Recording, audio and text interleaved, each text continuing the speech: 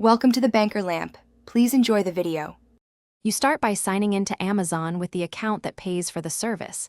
This matters because auto-renewal ties to that profile. Once signed in, go directly to your memberships and subscriptions. This lists active renewals. Make sure you identify the exact subscription, Prime, Audible, or a third-party subscription, because each has its own cancel option. While you're here, check the next renewal date and the payment method so you know the cutoff for changes. Once you've opened the subscription page, click Manage Subscription or Cancel Subscription. This begins the cancellation flow. Follow the prompts carefully. Some services offer Ending Now versus at renewal, so pick the option that suits your need. Confirm any pop-up dialogues and review refund or prorated credits if offered.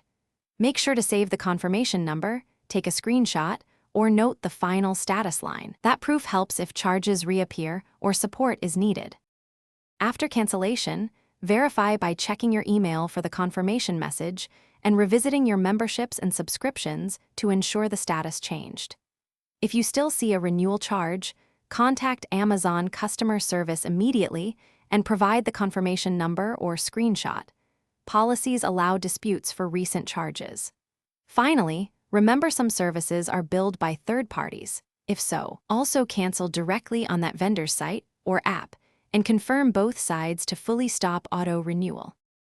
Thanks for watching. If this was helpful, leave a like and consider subscribing. See you next time.